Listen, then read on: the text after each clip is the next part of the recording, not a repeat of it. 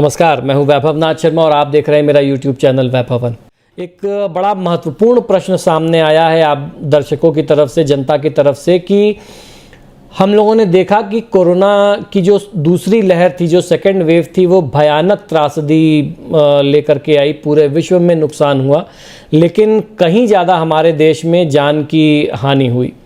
तो दर्शकों ने ये जानना चाहा है कि जिन भी परिवारों में कोरोना से लोगों की मृत्यु हुई हो, कोरोना वायरस से जिनका देहांत हुआ हो, उनका श्राद्ध कैसे करेंगे, किस तिथि में किया जाना चाहिए, उनको किस श्रेणी में रखा जाएगा। बड़ा महत्वपूर्ण प्रश्न है।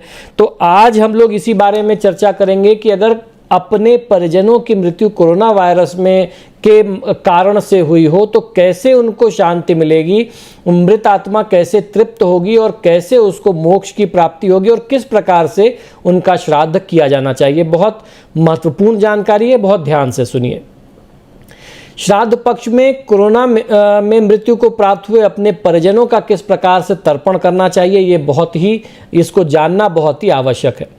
हमारे हिंदू पंचांग के अनुसार हर साल भाद्रपद मास के शुक्ल पक्ष की पूर्णिमा तिथि से आरंभ होकर के आश्विन मास के अमावस्या तक, जो ये 16 दिन का पूर्णिमा को भी जोड़ दें तो आश्विन के 15 दिन को लेकर के कुल 16 दिन का ये श्राद्ध पक्ष जो है वह शुरू हो जाता है। वहीं इनका समापन सर्वपितृ अमावस्या, जो आश्विन मास की अमावस्या होती है, उस तिथि में होता है। सामान्यतः श्राद्ध यानी पितृपक्ष के 16 दिन चलते हैं, लेकिन कई बार तिथियां घटने और बढ़ने से तिथियां आगे पीछे भी हो जाती हैं, कई बार कम हो जाती हैं और कई बार ये बढ़ भी जाती हैं।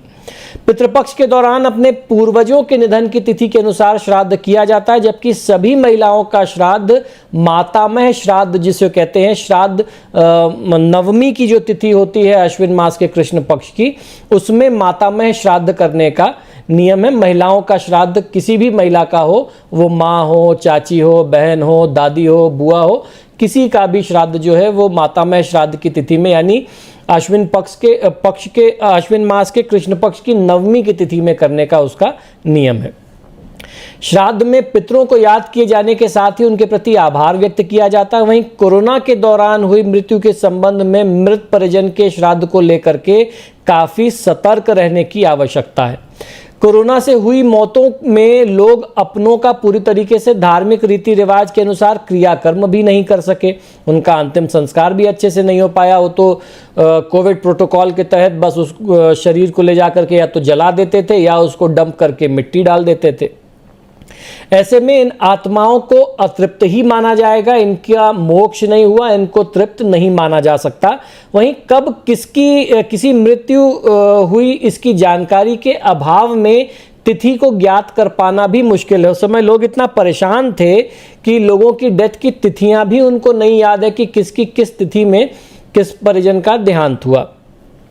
वहीं कई जगहों पर अन्य तरह की भी शिकायतें आई, जिसके चलते काफ़ी उलझनों वाला ये समय रहा। ऐसे में इन्हें तृप्त करने के लिए कुछ विशेष बातों का ध्यान रखना आवश्यक है। शास्त्रों के अनुसार इन्हें अकाल मृत्यु की श्रेणी में और अज्ञात की श्रेणी में रखा जाना चाहिए।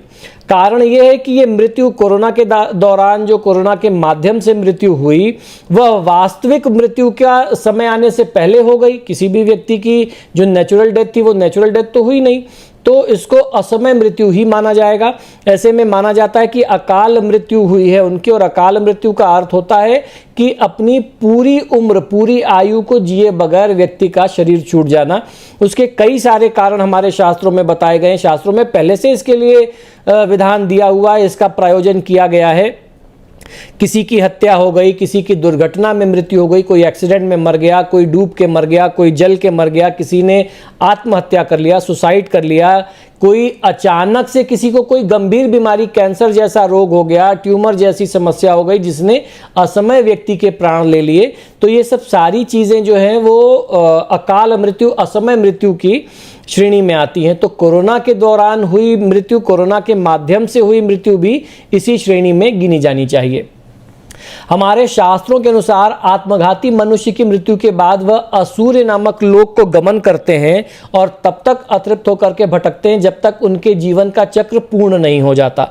वहीं दूसरी ओर अज्ञात के कारण ये हैं कि इनकी मृत्यु की तिथि कई जगह ज्ञात ही नहीं हो सकती। ऐसे में कोरोना से हुई मृत्यु के तर्पण के लिए भी सबसे शुभ दिन जो देखा जाए तो वो सर्वपितृ अमावस्या की तिथि ही रहेगी।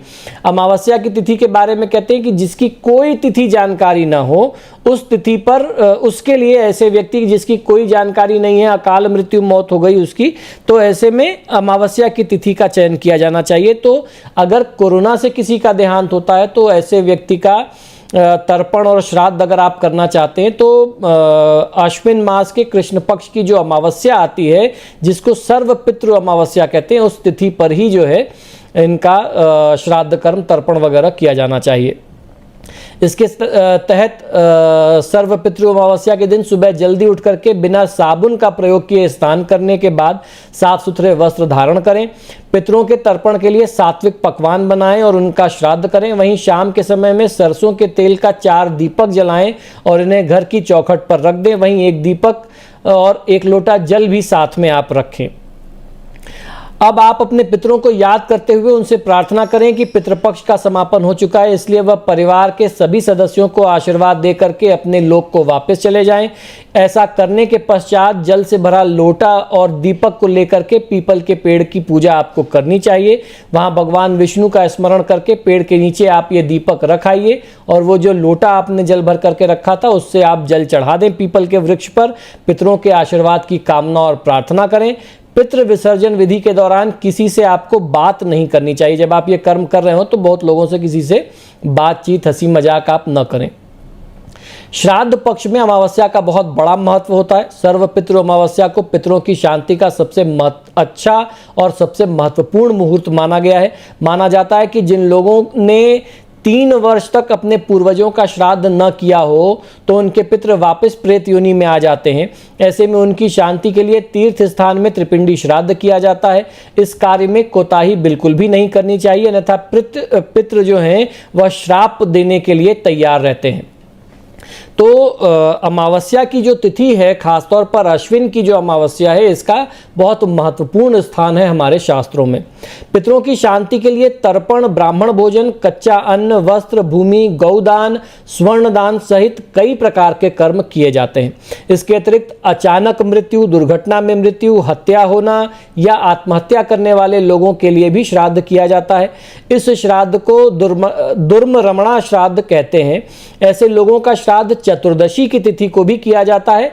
इसके अतिरिक्त अतृप्त आत्माओं के लिए हवन, दान या उनकी मनपसंद वस्तुओं का दान करके उनकी आत्मा को शांति प्रदान की जा सकती है।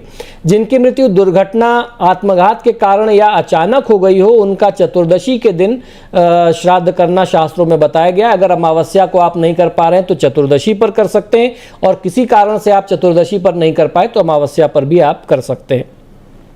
परंतु जिनके बारे में कुछ भी मालूम नहीं है, उनका श्राद्ध अंतिम दिन अमावस्या पर किया जाए तो ये बहुत ही अच्छा लाभ देता है। इस दिन पूजन के रूप में ब्राह्मण द्वारा पितृ गायत्री मंत्र की 51 माला या फिर 21 माला का जाप करके आपको हवन कराना चाहिए। 3, 5 या 7 ब्राह्मणों को भोजन कराएं। सफ़ेद वस्त्र का दान करें, दान स्वरूप कुछ उनको दक्षिणा भी दें।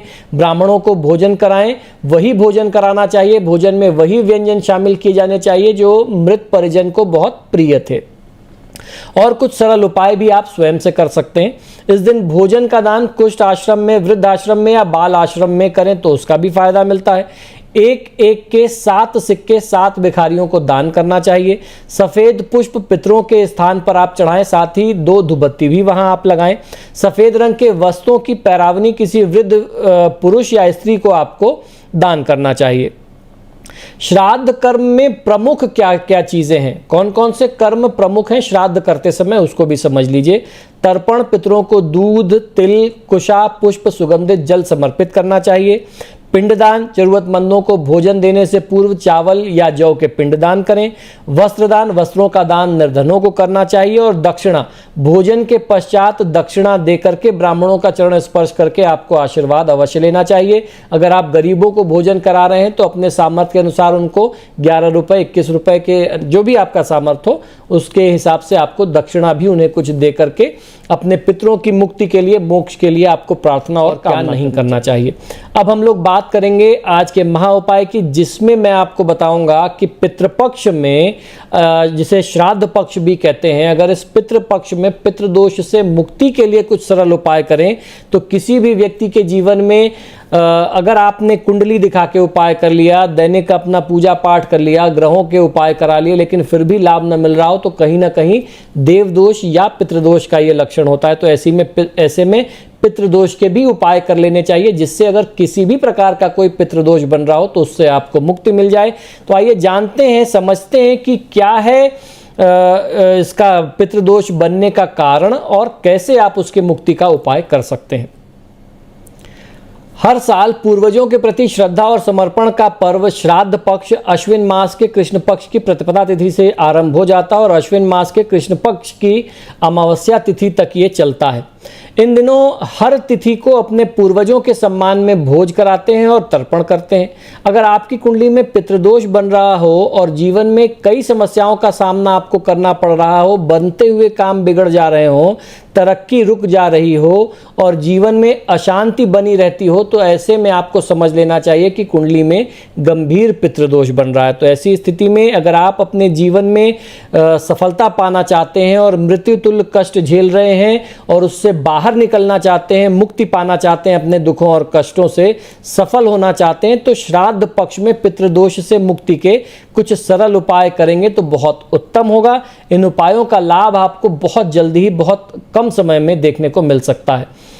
तो ज्योतिष शास्त्र के अनुसार कुंडली के नवम भाग को पूर्वजों का स्थान माना गया है और नवग्रह में सूर्य पूर्वजों के प्रतीक माने गए हैं। अगर कुंडली में सूर्य बुरे ग्रहों के साथ स्थित है या बुरे ग्रहों की दृष्टि उन पर हो जाए या अगर कहीं ग्रहण योग सूर्य के ऊपर बन जाए, चंद्रमा के ऊपर बन जाए, इसके अलावा कुंडली में नवम भाव या इस भाव के स्वामी को कुंडली में बुरे ग्रहों द्वारा ग्रसित कर लिया गया हो, उन पर दृष्टि हो या वहाँ कोई ऐसा अशुभ ग्रह बैठ गया हो, तो ये ग्रहण योग जो है ये पितृदोष का बहुत बड़ा एक कारक होता है। तो ऐसे में क्या करना चाहिए? श्राद्ध पक्ष में पंचबली कर्म किया जाता है, अर्थात 5 जीवों का भोजन कराया जाता है। पंचबली के दौरान श्राद्ध में गोबली, श्वान बलि, देवादि बलि, काक बलि और पिपलादि कर्म किया जाना चाहिए। पितृपक्ष जब तक चलते हैं तब तक हर रोज कौवों को खाना डालना चाहिए। मान्यता है कि पूर्वज पितृपक्ष के दौरान कौवों के रूप में धरती पर आते हैं, इसलिए हर रोज कौवों को खाना आपको जरूर देना चाहिए। इसके बाद ब्राह्मण को भोजन आपको कराना चाहिए।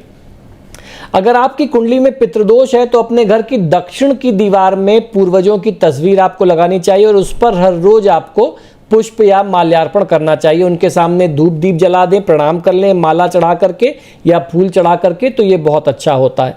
साथ ही जब भी आप घर से बाहर जाएं या किसी भी शुभ काम के लिए निकलें तो उनको प्रणाम करके उनका आशीर्वाद लेकर के जाएं। ऐसा करने से धीरे धीरे पितृदोष कम होता है और पितरों की कृपा आप पर सदैव बनी रहती है। श्राद्ध पक्ष के दौरान पूर्वजों के निधन की तिथि में जरूरतमंद और ब्राह्मण लोगों को भोजन कराना चाहिए। उनको सम्मान पूर्वक दान दक्षिणा दे करके विदा करना चाहिए। भोजन कराते समय आप ध्यान रखें कि भोज को आप अपने हाथों से भोजन को जो है आपको खास व्यंजन ही उस तिथि में बनाने हैं, श्राद्ध की तिथि में, और वो व्यंजन बनाने हैं जो आपके पूर्वजों को विशेष रूप से पसंद थे, जो उनके प्रिय भोग थे। और गरीबों को वस्त्र और अन्न का दान करना चाहिए। ऐसा करने से भी पितृदोष जो है वह समाप्त होता है। लाल किताब में भी पितृदोष से मुक्ति के कुछ बहुत ही प्रभावशाली उपाय बताए गए हैं। इनमें आप श्राद्ध पक्ष के दौरान हर रोज कौवे को, कुत्ते को, चिड़िया को, गाय को और चींटियों को भोजन कराएं। वहीं सुबह और शाम के समय में कपूर जलाएं, गुड़ में घी मिला करके उसकी धूनी दें। ऐसा करने से पितृदोष से व्यक्ति को, परिवार को मुक्ति मिल जाती है। पितृदोष से मुक्ति के लिए पीपल और बरगद के पेड़ की हर रोज पूजा करना भी बहुत लाभकारी और चमत्कारी है। श्राद्ध पक्ष के दौरान दोपहर के समय में जल चढ़ाएं और फूल, अक्षत और काले तिल भी आप समर्पित करें और पितरों से अब जाने अनजाने में हुई अपनी गलती के लिए क्षमा याचना करें और उनसे आप आशीर्वाद मांगें। इसके साथ ही परिवार के हर सदस्य से 10-10 रुपए के सिक्के लें और मंदिर में इसका आप दान कर दें। अगर घर पर कोई बुजुर्ग है तो उनके साथ जाएं और गुरुवार के दिन यह दान करें तो आपको लाभ अवश्य मिलता है। तो पितृपक्ष के समय में 15 दिनों 16 दिनों में जब गुरुवार के दिन आप ये पिंडदान करेंगे तो आपको विशेष लाभ इसका मिलेगा। पितृदोष होने पर गया में जाकर के, बिहार में जो गया है, गया जी में जाकर के पिंडदान करने से लाभ मिलता है। अंत्येष्टि कर्म में अगर कोई गलती रह गई हो, कोई कमी रह गई हो कर्मकांड होने में, अगर अंतिम संस्कार पूरे रीति रिवाज के साथ नहीं हो पाया तो गया में पिंडदान करने से उसका निवारण हो जाता है। वहीं पूर्वजों की मृत्यु की तिथि पर घर में पूजा पाठ करवाएं और हर अमावस्या के दिन श्राद्ध कर्म करते रहें, ब्राह्मणों को भोजन कराएं, पिंडदान वगैरह करें, उनका श्राद्ध करें। साथ ही हर रोज गीता का पाठ करना चाहिए और गृहिणी को स्नान के बाद भोजन बना करके गाय माता के लिए पहली रोटी निकाल करके उसमें गुड़ रख करके अपने हाथों से गाय को खिला देना चाहिए। इससे भी पितृदोष से मुक्ति मिलती है। आप पितृपक्ष में किन 8 खास बातों का आपको विशेष ध्यान रखना चाहिए। कुत्ता, बिल्ली और गाय को आपको किसी भी तरीके से हानि नहीं पहुंचानी चाहिए। आइए जानते हैं क्या है पूरा उपाय। पितृपक्ष का अर्थ होता है अपने पितरों को नमन करने का, उनको ध्यान करने का, उनके प्रति कृतज्ञता समर्पित करने का पक्ष। इसे श्राद्ध पक्ष भी कहते हैं। इन दिनों कई ऐसे कार्यों को करना वर्जित माना गया है जिनसे हमारे पितृ को कष्ट हो सकता है या वो नाराज हो सकते हैं। ऐसे कार्य जिन्हें इन दिनों वर्जित माना गया वो कौन कौन से हैं, ऐसा क्या कारण है इन दिनों में ये कार्य नहीं करने चाहिए, इसको बहुत ध्यान से समझ लीजिए। हमारे शास्त्रों के अनुसार ऐसी मान्यता है कि इन दिनों पितृ यानी परिवार में जिस परिजन की मृत्यु हो गई है उनकी आत्मा पृथ्वी पर आती है और अपने परिवार के लोगों के बीच रहती है। इसलिए पितृपक्ष में शुभ काम कुछ ऐसे काम हैं जिनको नहीं करना चाहिए। उसमें कुछ शुभ काम भी आते हैं, जैसे नया घर खरीदना, नई गाड़ी खरीदना, नए कपड़े वगैरह धारण करना, ये भी हमारे शास्त्रों में वर्जित माना गया है। इन दिनों कई ऐसे काम हैं जिन्हें करने से लोग बचते हैं, तो इन बातों को समझना बहुत ज़रूरी है कि कौन से ऐसे काम हैं। ऐसी मान्यता है कि पितृपक्ष के दिनों में ब्रह्मचर्य का पालन करना चाहिए, यानी स्त्री पुरुष संसर्ग करने से बचना चाहिए, फिजिकल रिलेशन वगैरह आप न करें। इसके पीछे धारणा यह है कि इन दिनों पितर आपके घर में ही होते हैं और उनके प्रति श्रद्धा प्रकट करने का यह समय होता है, इसलिए इन दिनों संयम का आपको पालन करना चाहिए। पितृपक्ष में स्वर्ण और नए वस्त्रों की खरीदारी नहीं करनी चाहिए। ऐसा इसलिए माना जाता है क्योंकि पितृपक्ष उत्सव का नहीं बल्कि एक तरीके से शोक व्यक्त करने का समय होता है। उनके प्रति जो हमारे बीच में, हमारे परिवार के जो परिजन हमारे बीच में नहीं है, उनके प्रति हमें अपना आदर सत्कार, अपना भाव कृतज्ञता जो है वह समर्पित करने का समय होता है। इन दिनों दाढ़ी, मूछ, बाल वगैरह भी नहीं काटने चाहिए। इसका संबंध भी शोक व्यक्त करने से। शास्त्रों के अनुसार बाल काटना एक तरह से स्वयं को सुंदर बनाने से जुड़ा हुआ है, अपने प्रसाधन से जुड़ा हुआ, साज सज्जा से जुड़ा हुआ मामला है। ऐसे में चूंकि ये शोक का समय होता है, अतः इस दौरान बाल वगैरह काटने से बचना चाहिए। पितृपक्ष में द्वार पर आए अतिथि और याचक को बिना भोजन पानी दिए जाने नहीं देना चाहिए। माना जाता है कि पितृ किसी भी रूप में श्राद्ध पक्ष में, पितृपक्ष में अपने श्राद्ध का हिस्सा लेने वो आ सकते हैं, इसलिए किसी भी व्यक्ति का, घर आए हुए व्यक्ति का आप अनादर अपमान बिल्कुल न करें। माना जाता है कि पितृपक्ष में नया घर नहीं लेना चाहिए। असल में घर लेने में कोई बुराई नहीं है, लेकिन इसे मना करने का असल कारण ये है कि स्थान परिवर्तन माना जाता है। दरअसल माना यह जाता है कि जहां पितरों की मृत्यु हुई हो वह अपने उसी स्थान पर वापस लौट करके आते हैं। अगर उनके परिजन उस स्थान पर उनको नहीं मिलते तो उन्हें दुख होगा, कष्ट होगा कि मुझे भूल गए, यहां से चले गए। अगर आप पितरों के लिए श्राद्ध तर्पण कर रहे हैं तो उन्हें आपके घर खरीदने से कोई परेशानी नहीं होती। और जब आप अच्छे मुहूर्त में, पितृपक्ष के अलावा जो गृह प्रवेश का अच्छा मुहूर्त होता है पूरे साल में, जब आप पूरे विधि विधान से गृह प्रवेश करते हैं तो देवी देवताओं के साथ पितरों का भी तो आवाहन करते हैं, तो उसमें पितरों को पता लगता है कि भाई अब उस जगह पे नहीं, इस जगह पर रह रहे हैं, है ना। तो और पितृपक्ष में तो ऐसा कोई अनुष्ठान आप कर नहीं सकते, गृह प्रवेश का कोई मुहूर्त ही नहीं है, तो नया घर लेकर के भी आप क्या करेंगे। आप अगर नए घर में जाना भी चाहेंगे तो आप जा नहीं सकते, क्योंकि आप गृह प्रवेश का विधि विधान कर नहीं सकते, कर्मकांड अनुष्ठान आप कर नहीं सकते। जब आप कर्मकांड अनुष्ठान नहीं कर सकते तो वास्तु शांति नहीं होगी, देवी देवताओं का आवाहन नहीं होगा, पितरों का नए घर में आवाहन नहीं होगा। और जब आवाहन नहीं होगा, आपने किसी को इन्वाइट ही नहीं किया, तो उसको आपका नया एड्रेस क्या मालूम होगा।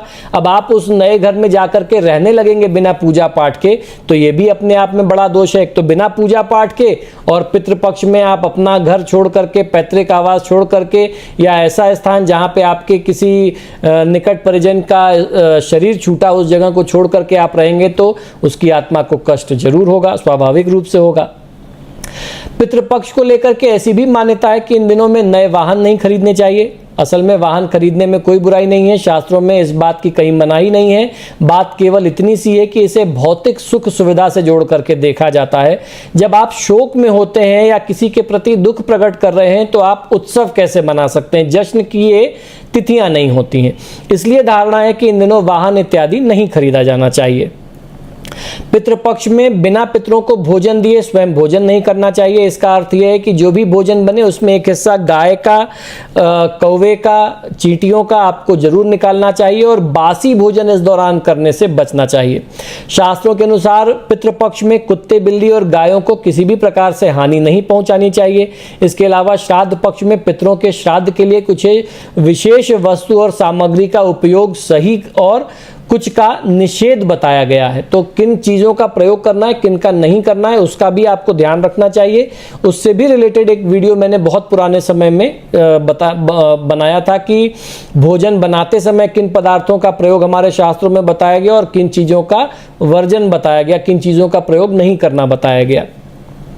शास्त्रों में 7 पदार्थ, गंगा जल, दूध, शहद, तरस का कपड़ा, दौहित्र, कुश और तिल बहुत ही महत्वपूर्ण होते हैं। तुलसी से पितृगण जो है प्रलय काल तक प्रसन्न और संतुष्ट रहते हैं। मान्यता है कि पितृगण गरुड़ पर सवार होकर के विष्णु लोक को चले जाते हैं अगर पूजा पाठ में तुलसी का प्रयोग किया जाता है। श्राद्ध में सोने, चांदी, कांसे, तांबे के पात्र या पत्तल का प्रयोग ही करना चाहिए। लोहे के बर्तन का प्रयोग या लोहे के किसी भी पात्र का प्रयोग, लोहे की कुर्सी वगैरह का प्रयोग जो है शास्त्रों में वर्जित बताया गया है। और केले के पत्ते पर भी भोजन जो है, श्राद्ध का भोजन जो है वह वर्जित माना जाता है।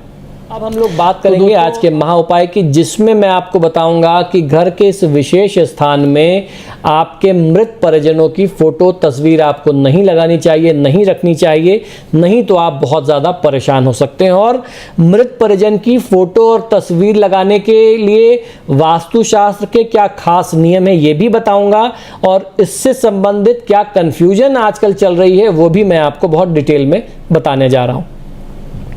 माता पिता, नाना नानी, दादा दादी सभी जो इस दुनिया से जा चुके हैं वह पितर अपने पूर्वज कहलाते हैं। इनके चले जाने के बाद भी इनका हमारे दिल से बहुत गहरा नाता बना होता है। इनकी यादें हमारे दिल में सदैव रहती हैं। बहुत से लोग इनकी तस्वीरों को देवताओं के समान पूजा घर में रख करके पूजते हैं। हमारे शास्त्रों के अनुसार पितर देवताओं के समान शक्तिशाली होते हैं, लेकिन देवी देवताओं के स्थान पर इन्हें नहीं रखा जाना चाहिए। हमारे लिए तो हमारे पितृ जो हैं वो जो पूर्वज हैं हमारे, वो पूजनीय हैं, लेकिन वह भगवान के बराबर नहीं है। इसलिए उनको हमें भगवान के साथ जो है मंदिर में नहीं रखना चाहिए। उसके अलावा आप उनको अलग से रख सकते हैं। ऐसा करने से देवी देवता रुष्ट हो जाते हैं, नाराज हो जाते हैं, और इसी सब कारण से देवदोष बनता है किसी भी व्यक्ति के ऊपर जो ऐसी गलती करता है। इससे देवता के नाराज होने का प्रकोप समझना चाहिए। वास्तुशास्त्र के अनुसार इनकी तस्वीरों को घर में जरूर रखना चाहिए, लेकिन कुछ खास नियमों का पालन करेंगे तभी पितरों और देवताओं दोनों की कृपा आपको बराबर मिलती रहेगी। वास्तुशास्त्र के अनुसार पितरों की तस्वीर को भूल करके भी उस जगह न लगाएं जहां आप सोते हो, यानी बेडरूम में इनकी तस्वीर बिल्कुल भी नहीं रखनी चाहिए। साथ ही किचन में भी इनकी तस्वीर आप न लगाएं। जिन घरों में इन बातों का ध्यान नहीं रखा जाता उन घरों में पारिवारिक कलह बढ़ जाती है और सुख समृद्धि में कमी आती है। घर के मंदिर में भी पितरों की तस्वीर कभी भी नहीं लगाई जानी चाहिए। शास्त्रों में ऐसा करने से वर्जित बताया गया है। पितरों की तस्वीरों को देवी देवताओं के साथ रखने से देवदोष का बहुत बड़ा कारण माना जाता है। पितर और देवता का स्थान अलग अलग निर्धारित है। पितृ देवताओं के समान आदरणीय और सामर्थ्यवान होते हैं। दोनों को साथ में रखने से किसी के आशीर्वाद का शुभ फल आपको नहीं मिल पाता। घर का कोई ऐसा स्थान, ऐसा कोई कॉमन एरिया जहां से अलग अलग कोनों से जिस जगह पर दृष्टि जाती हो, जो घर का कोई ऐसा पोर्शन हो जहां से आप घर के हर कोने से, अलग अलग कोने से या मैक्सिमम कोनों से जिस जगह को देख सकते हो, उस जगह पर भी पितरों की तस्वीर को नहीं लगाया जाना चाहिए। जबकि अक्सर भावुकता में लोग ऐसा कर बैठते हैं, इमोशनली लोग ऐसी जगह तस्वीर लगा बैठते हैं जहां वो उनका ये लॉजिक होता है कि हम हर जगह से अपने माता पिता को या अपने परिजन को देखते रहें, उनकी कृपा मेरे ऊपर बनी रहे। लेकिन ये वास्तुशास्त्र के अनुसार, शास्त्रों के हिसाब से ये गलत है। इससे होता यह है कि बार बार आपके पितरों पर, आपकी तस्वीर पर आपकी नज़र जाती है और मन में निराशा का भाव उत्पन्न होता है। आप बार बार उनके विचारों में खोए रहते हैं। दक्षिण और पश्चिम की दीवारों पर पितरों की तस्वीर अगर आप लगाते हैं तो यह ज़्यादा उत्तम होता है। खासतौर पर दक्षिण की दीवार, ये शास्त्र में सबसे महत्वपूर्ण बताई गई है। अगर किसी भी परिस्थितिवश, अगर व्यक्ति को सबसे पहला प्रयास तो यही करना है कि दक्षिण की दीवार पर आप पितरों की तस्वीर लगाएं। अगर किसी भी कारण से बाय एनी चांस अगर 1% कोई रास्ता नहीं बन पाता, दक्षिण की दीवार उपलब्ध ही नहीं हो पाती, तब ऐसे में पश्चिम की दीवार पर आप लगा सकते हैं। अदरवाइज दक्षिण की दीवार के अलावा कोई और दीवार पितरों के लिए नहीं है। अगर आप ऐसा करते हैं तो सुख समृद्धि की प्राप्ति होती है। अगर इसी के अलावा आप उलट कर देते हैं, पूर्व और उत्तर में अपने पितरों की तस्वीर लगा देते हैं, तो भयंकर घर में कलह क्लेश की स्थिति होती है और सुख समृद्धि ऐश्वर्य की हानि होती है। आजकल एक बहुत ज़्यादा लोगों के बीच में भ्रांति आ गई, कन्फ्यूजन पता नहीं कहाँ से आ गई। मेरे से बहुत सारे लोगों ने व्हाट्सएप और ईमेल पर पूछ लिया कि क्या हमें अपने पूर्वजों की तस्वीर, किसी ने बताया कि उत्तर दिशा में लगानी चाहिए जिससे पूर्वजों का मुख जो है वो दक्षिण की दीवार पर हो। ये बिल्कुल गलत है, ये ऐसी मान्यता नहीं है। दक्षिण की दीवार पर लगाने का नियम हमारे शास्त्रों में बताया गया है। अगर आप ऐसा करते हैं तो सबसे उचित होता है। घर के पितरों की तस्वीर को कभी भी जीवित लोगों की तस्वीर के साथ नहीं लगाया जाना चाहिए। ऐसा करना बहुत ही अशुभ संकेत माना जाता है। जिस जीवित व्यक्ति के साथ पितरों की तस्वीर लगी होती है उन पर इसका नकारात्मक प्रभाव पड़ता है। इससे उनकी आयु में कमी आती है और साथ में जीवन जीने का उत्साह भी जो है वह कम होता है। पितरों की तस्वीर को कभी भी लटका करके नहीं रखना चाहिए। इनकी तस्वीर को रखने के लिए स्टैंड बनवा लेना चाहिए। घर में किसी पूर्वज की एक से अधिक तस्वीर नहीं रखी जानी चाहिए जो मृत व्यक्ति है। इन्हें ऐसे स्थान पर भी ना रखें जिससे आते जाते नजर पड़े, इससे नकारात्मकता बढ़ती है। वास्तुशास्त्र के अनुसार पितरों की तस्वीर को हमेशा दक्षिणी हिस्से के कमरे में लगाया जाना चाहिए। अगर आप ऐसा नहीं कर सकते हैं तो जिस भी स्थान पर लगाएं, आपको जिस भी कमरे में लगाना है, आपको ध्यान ये रखना हो कि उस कमरे की दक्षिण दीवार पर ही आप इनकी तस्वीर को लगाएं तो आपको इनकी कृपा मिलेगी। जैसा मैंने कहा कि वो सोने का कमरा ना हो, परिवार का कोई सदस्य, जरूरी नहीं कि हस्बैंड वाइफ या मास्टर बेडरूम की बात है, कोई भी परिवार का व्यक्ति वहां ना सोता हो, इस बात का आपको ध्यान रखना चाहिए। दक्षिण दिशा को यम और पितरों की दिशा कहा गया। ऐसा करने से अकाल मृत्यु और गंभीर संकट जो परिवार पर आते हैं उससे हमारी रक्षा करते हैं हमारे पितृगण। जब आप दक्षिण की दीवार पर उनकी फोटो को, तस्वीर को लगाते हैं तो किसी भी अचानक आने वाले संकट को, क्या पितृपक्ष में जब आप श्राद्ध और तर्पण करते हैं तो उसकी विधि क्या हो, किस मंत्र से आपको तिलांजलि देनी है, तर्पण करना है और कितनी बार आत्मा को, किस आत्मा को जल देना चाहिए, आइए जानते हैं। शास्त्रों में बताया गया है कि पितृपक्ष में पितरों का तर्पण और श्राद्ध किया जाना चाहिए। नवरात्र को जैसे देवी पक्ष कहा जाता है उसी प्रकार अश्विन मास के कृष्ण पक्ष से लेकर के अमावस्या तक का जो समय है इसे पितृपक्ष कहा जाता है।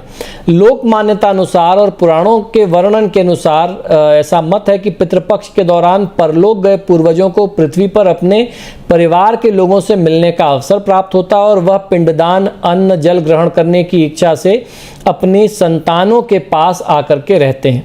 इन दिनों मिले अन्न जल से पितरों को बल प्राप्त होता है और इसी से वह परलोक के अपने सफर को तय कर पाते हैं।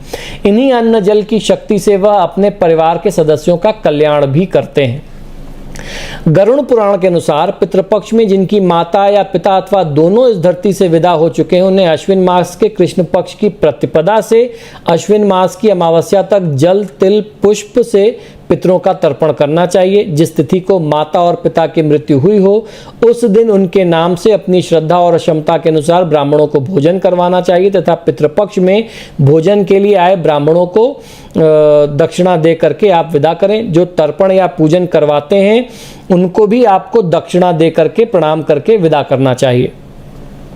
पितरों को जल देने की विधि को तर्पण कहा जाता है। तर्पण कैसे करना चाहिए, तर्पण के समय कौन सा मंत्र पढ़ा जाना चाहिए और कितनी बार पितरों के नाम से जल दिया जाना चाहिए, आइए ये सब बहुत विस्तार से जानते हैं। हाथ में कुशा लेकर के दोनों हाथ को जोड़ करके पितरों का ध्यान करें और उन्हें आमंत्रित करें। ओम आगच्छन्तु मे पितृ एवं ग्रहन्तु जलांजलिम। इस मंत्र का अर्थ ये है कि हे पितरों, आप पधारिए और जलांजलि, तिल की जो अंजलि हम लोग देते हैं जल से, उसको आप ग्रहण करें। अपने गोत्र का नाम लेकर के बोलें, गोत्रे अस्मद पिता। यहाँ पे अस्मद पिता के साथ पिता का नाम आपको बोलना है। शर्मा वसुरूपत तृप्तिमिदम तिलोदकम गंगाजलम वा तस्मै स्वधा नमः, तस्मै स्वधा नमः, तस्मै स्वधा नमः। इस मंत्र को बोल करके गंगा जल या अन्य जल में दूध मिला करके, तिल और जौ मिला करके 3 बार पिता को जलांजलि देना चाहिए। जल देते समय ध्यान करें कि वसु रूप में मेरे पिता जल ग्रहण करके तृप्त हों। इसके बाद आपको पितामह को जल देना चाहिए। पितामह को जल और तर्पण देने का मंत्र क्या है वो भी समझ लीजिए। अपने गोत्र का नाम लेकर के बोलें, गोत्रे अस्मद पितामह। उस जगह पे पितामह का आप नाम लेंगे। शर्मा वसुद रूपत तृप्तिमिदम तिलोदकम गंगाजलम व तस्मै स्वधा नमः, तस्मै स्वधा नमः, तस्मै स्वधा नमः।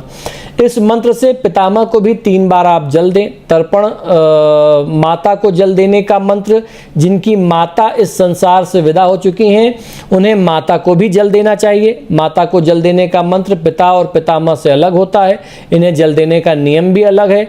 चूंकि माता का ऋण सबसे बड़ा माना गया है शास्त्रों में, इसलिए इन्हें पिता से अधिक बार जल दिया जाता है।